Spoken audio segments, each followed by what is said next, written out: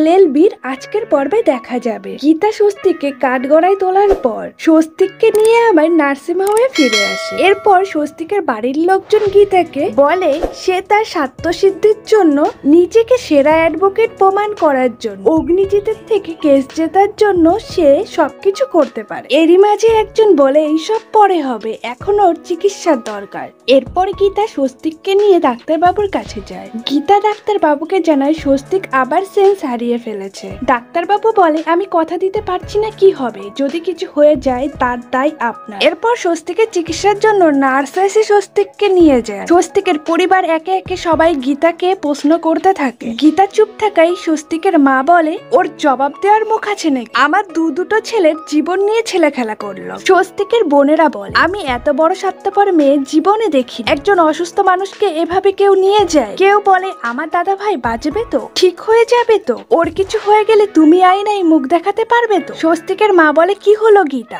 আমাদের পরিবারের লোকজন কিছু কথা জিজ্ঞাসা করছে, তুমি তার উত্তর দাও। নিজের স্বার্থ সিদ্ধির জন্য কিভাবে তুমি এত নিচে নামলে? এরকম একজন পেশেন্টকে তুমি তাকে পার্সোনাল বন্ড দিয়ে তুমি কি করে কাঠগড়ায় নিয়ে গেলে? গীতা বলে আমি ওকে নিজের স্বার্থ সিদ্ধির জন্য কাঠগড়ায় নিয়ে যাইনি। আমি যদি ওকে কাঠগড়ায় না নিয়ে যেতাম তাহলে স্বস্তিক মুখার্জিকে সারা জীবন একটি মিথ্যের বোঝা বয়ে বেড়াতে হতো, আর আমার দিকেও সারা জীবন লোকজন আঙুল তুলে বলতো ওই মেয়েটা খারাপ। স্বস্তিকের মা গীতাকে স্পষ্ট করে জানিয়ে দেয় স্বস্তিকের কিছু হয়ে গেলে কোনোদিনও সে ক্ষমা করবে না গীতাকে, আর না কখনো স্থান হবে ওই বাড়ির বউ হিসাবে। গীতাও আত্মবিশ্বাসের সাথে বলে স্বস্তিক যদি ওই বাড়িতে ফেরে ও আমাকে নিয়েই ফিরবে। এরই মাঝে ডাক্তারবাবু গীতাকে ডেকে নিয়ে যায় স্বস্তিকের কাছে। গীতা স্বস্তিকের কাছে গিয়ে দেখতে পাই স্বস্তিকের আবার জ্ঞান ফিরে এসেছে। স্বস্তিক অঘরে গীতার কথাই বলতে থাকে। গীতা ডাক্তার বাবুকে জিজ্ঞাসা করে কি হয়েছে। ডক্টর বলে মেডিকেলের ভাষা তুমি বুঝবে না, তবে এটুকু বলতে পারি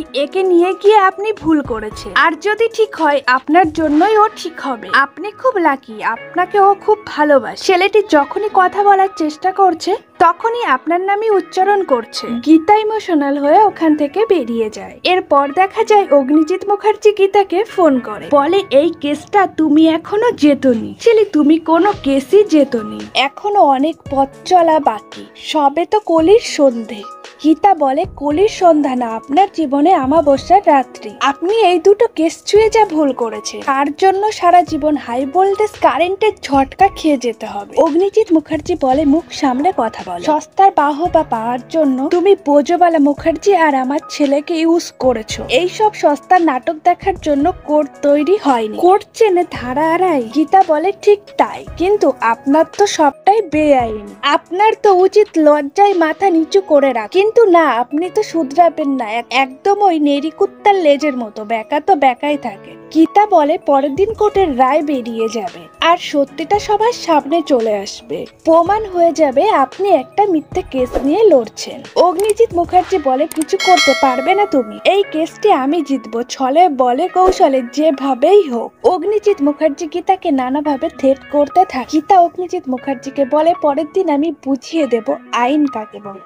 অগ্নিজিৎ মুখার্জি গীতার কাছে হার মানতে পারছেন না। ভজনকে বলে তুমি কিছু করো এবার। স্বস্তিকের বাড়ির লোকজন গীতাকে অপমান করে বলে তুমি যাও এখান থেকে, এখানে তোমার কোনো প্রয়োজন পড়বে না। গীতা বলে এখানেই আমার প্রয়োজন আছে, হসপিটালের কেবিনে শুয়ে আছে আমার হাজবেন্ড। স্বস্তিকের মা বলে বারবার হাজবেন্ড বললে হাজবেন্ড হয়ে যায়, তোমাদের কোনো মতেই বিয়ে সম্পূর্ণ হয়নি, না শাস্ত্র মতে না আইনি। ওই বাড়ির চৌকাট পেরোতে পারবে না, কারণ ওখানে অগ্নিজিৎ মুখার্জি আছে। ওই বাড়ির চৌকাট পেরোবে অন্য একজন। স্বস্তিককে নিয়ে স্বস্তিকের মায়ের কাছে গীতা বাজি রাখলো। স্বস্তিক তাকে ভালোবাসে আর তাকেই ভালোবাসে। এরপর দেখা যায় অগ্নিজিৎ মুখার্জি আর ভজন জেলে দেখা করতে যায় কৃপনের সঙ্গে, আর সেখানে গিয়ে অগ্নিজিৎ জানায় এবার তার বেলের আবেদন করছে উচ্চ আদালতে, আর সে নিশ্চিত তার জামিন হয়ে যাবে। আর তারপর কৃপনের একটাই কাজ থাকবে, গীতা যেন আর কোর্টে না যেতে পারে। আবার কোন ষড়যন্ত্রের শিকার হতে চলেছে গীতা।